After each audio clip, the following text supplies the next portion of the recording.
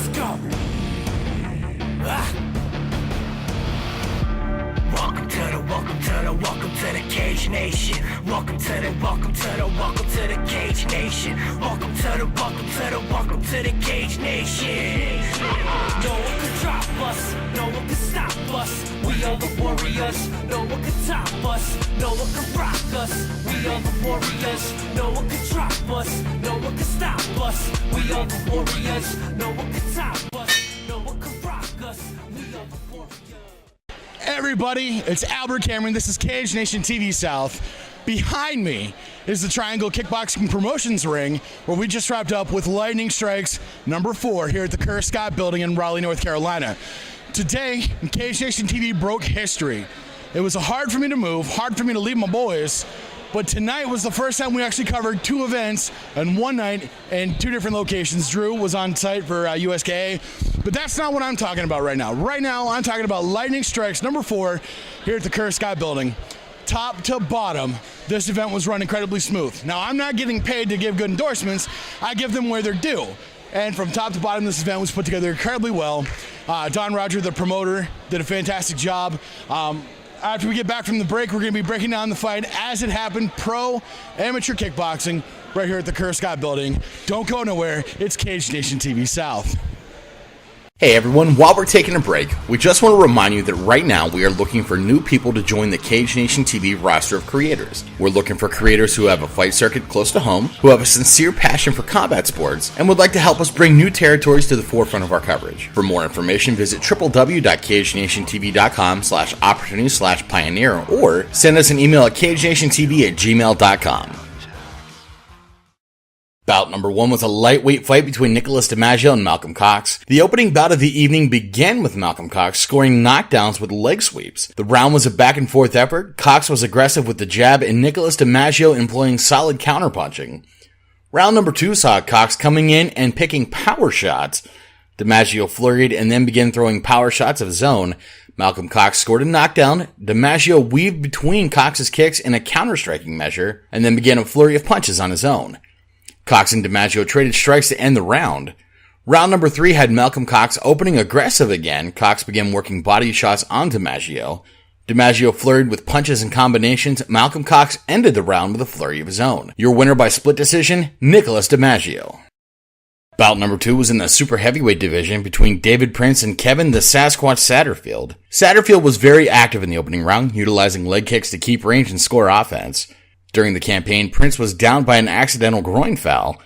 After Prince was able to recover, Satterfield began employing a kick-punch combination and ended the round with punching combinations to keep David Prince in the corner. Round number 2 opened with Satterfield still being aggressive. The referee had to administer a standing 8 count on Prince. During the corner flurry, Satterfield was able to stop the contest with strikes. Your winner by referee stopping the contest, Kevin the Sasquatch Satterfield. Bout number 3 went on in the light welterweight division between Cliff Gunderson and Yovani Rodriguez. Round number 1 opened with Rodriguez being the aggressor. Gunderson responded with knees, even scoring a knockdown on Rodriguez. Gunderson flurried with strikes to end the round. In round number 2, Gunderson opened with a flurry and Rodriguez went on the defensive with counter knees. Rodriguez went on the offensive looking for big strikes, Gunderson answering with knees of his own. The round ended with Rodriguez and Gunderson throwing combinations. In the third and final round, Gunderson charged at Rodriguez. Rodriguez weathered the storm with effective counter-striking. Rodriguez was able to get Gunderson into the corner and flurried with strikes. The fight ended with Cliff Gunderson and Yovani Rodriguez aggressively brawling to score crucial points. Your winner by split decision, Cliff Gunderson. The fourth bout of the evening was a light welterweight bout between Kate Firth and Livia Toledo. Firth came out of the corner and worked her jab, picking power shots, eventually scoring a knockdown on Toledo. Firth would begin working on punch-kick combinations that would score her points to the end of the round. In the second round, Livia Toledo answered the bell aggressively. Firth cornered Toledo and began working combos in the corner. Toledo answered offensively with a back spin fist. In the third round, Firth came out aggressively with combinations. Livia Toledo scored points with 3 successive back spin fists. Firth flurried with punch-kick combinations, and then both began throwing strikes. Livia Toledo throws her 5th back spin fist of the fight and ends the fight with Firth striking aggressively. Your winner by unanimous decision, Kate Firth. Bout number 5 was a lightweight bout between Jose Finetti and Xavier Atkinson. Both fighters answered the opening bell aggressively. Atkinson kept range and scored points with effective taekwondo. Finetti slipped through a share of Atkinson's offense, countering where he could. Atkinson resumed his kick assault, landing with big kicks. The second round saw Jose Finetti coming out strong, flirting with combinations. Atkinson worked a counter-strike strategy of slipping punches and scoring with kicks, even scoring a knockdown on Finetti.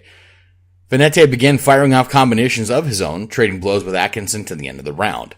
In the third round, Finetti scored a knockdown on Atkinson. Atkinson would respond with more of his dynamic taekwondo, but Finetti was able to score with combinations in the corner in two different flurries. Finetti scores a knockdown in Atkinson late in the round, winner by split decision, Xavier Atkinson.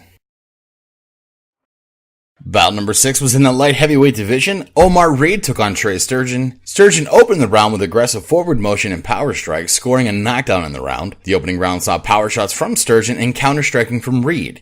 In the second round, Trey Sturgeon began headhunting with his hands and throwing knees to score points. In the round, Sturgeon poured on the pressure with punch-kick combinations. In the action of the third round, Omar Reed hit an accidental groin foul on Sturgeon. Sturgeon, who looked just as fresh as he did in the first, remained the aggressor throughout the round. Your winner by unanimous decision, Trey Sturgeon. Fight number 7 was a middleweight bout. Shawn Middleton took on Iron Mike Aquino. The round began with a feeling out period. Aquino flurried with combinations. In the middle of the action, strikes being thrown, Shawn Middleton scored a flash knockdown on Aquino. The second round saw Mike Aquino coming out aggressive and headhunting with his strikes, stalking Middleton and pushing the pace. Aquino ended the round with a spin maneuver.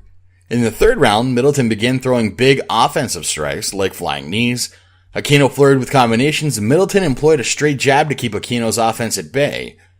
Mike Aquino would get inside with his knees. Middleton responded with scoring a knockdown. Aquino ended late round moments with knee strikes on Middleton. Your winner by unanimous decision, Iron Mike Aquino.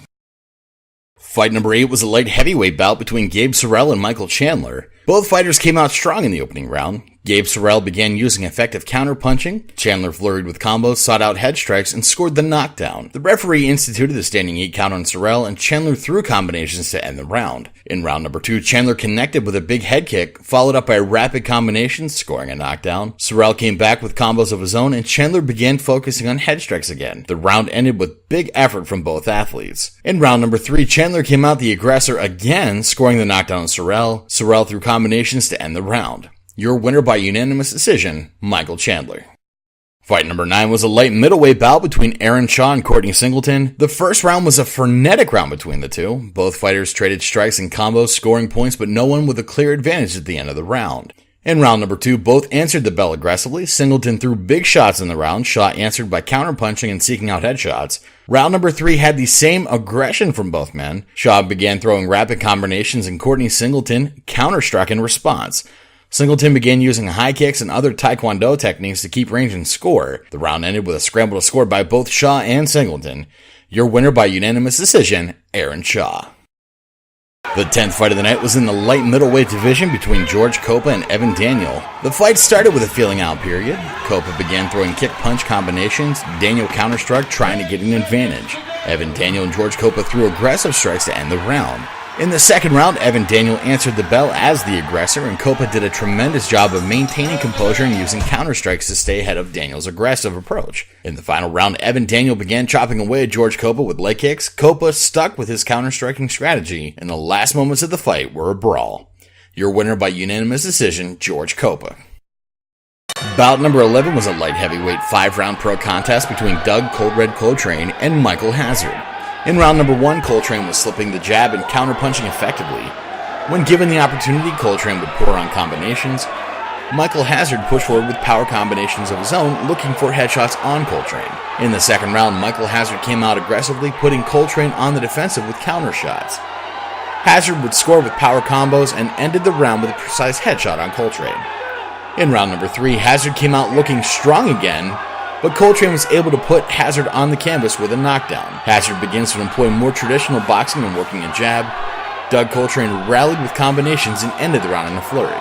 In the first and only 4th round of the evening, Michael Hazard began swinging for big shots, and Coltrane was slipping and countering and striking in response. Michael Hazard ends the round with a rally of punches. In the final round, Doug Coltrane opened with bigger shots. Both Coltrane and Hazard threw aggressive punches and kicks for the duration of the round. Your winner by split decision, Michael Hazard. Bout number 12 was the professional main event between Dwan Dirty South Owens and Eric Belcher. Dwan Owens opened the round aggressively and did not relent on Eric Belcher for the duration of the fight. Owens threw combinations, flying knee strikes, and scored a knockdown before the referee stopped the contest in the last flurry of the fight. Your winner in 1 minute and 58 seconds of round number 1, Dwan Dirty South Owens. I'm sweaty and gross as all get up, but that's because it was like 102 degrees in Raleigh today, but also because the event was absolutely on fire. The DJ put on some of the best fight music I've ever heard, kept my attention, kept it going. I don't get paid for great endorsements, I just give them where they're due. Lightning Strikes number 5 coming down real soon. We'll bring you the news as soon as we know when it's going to go down. But we want to thank everyone involved with Triangle Fights, Don Roger, the promoter, the North Carolina Boxing Authority, the International Kickboxing Federation.